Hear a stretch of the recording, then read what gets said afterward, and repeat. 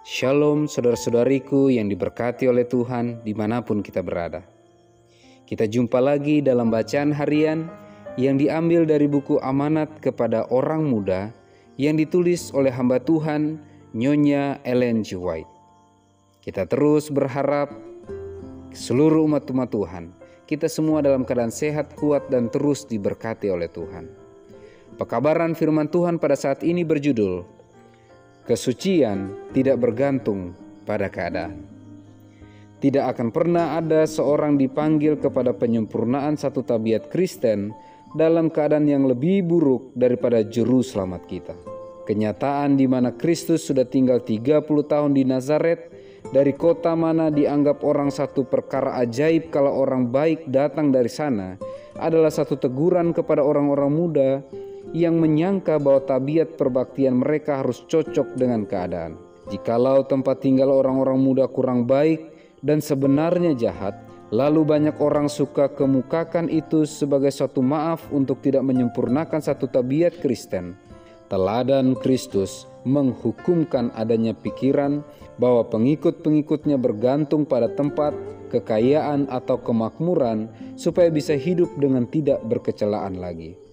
Kristus hendak mengajar mereka itu bahwa kesetiaan mereka akan membuat mulia tempat atau pangkat yang mana saja di mana mereka itu ditempatkan oleh takdir Allah, bagaimana sederhana pun tempat itu.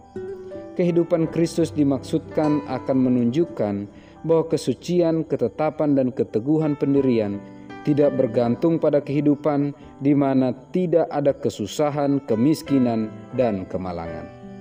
Pencobaan dan kekurangan yang dikeluhkan oleh banyak orang muda dijalani oleh Kristus dengan tidak bersungut-sungut. Disiplin seperti inilah pengalaman yang amat perlu bagi orang-orang muda yang akan memberikan keteguhan pada tabiatnya dan menjadikan mereka sama dengan Kristus, kuat dalam roh melawan segala pencobaan. Jikalau mereka menjauhkan diri dari pengaruh orang-orang yang bisa menyesatkan mereka itu dan merusakkan batinnya, maka mereka tidak akan bisa disergap oleh tipu daya iblis. Oleh berdoa tiap-tiap hari kepada Tuhan Allah, mereka akan menerima akal budi dan karunia dari Dia buat menanggung perjuangan dan jerih payahnya kehidupan dan mendapat kemenangan.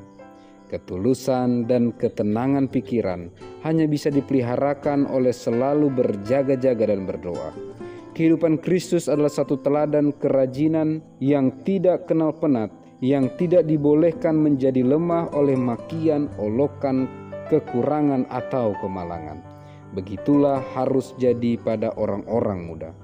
Jikalau pencobaan datang bertambah-tambah atas mereka itu, boleh diketahui olehnya bahwa Tuhan Allah mau menguji dan mencobai kesetiaan mereka.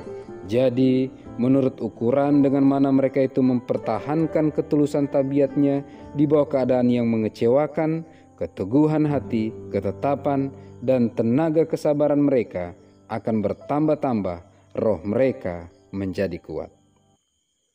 Demikianlah pekabaran firman Tuhan pada saat ini. Mari kita berdoa.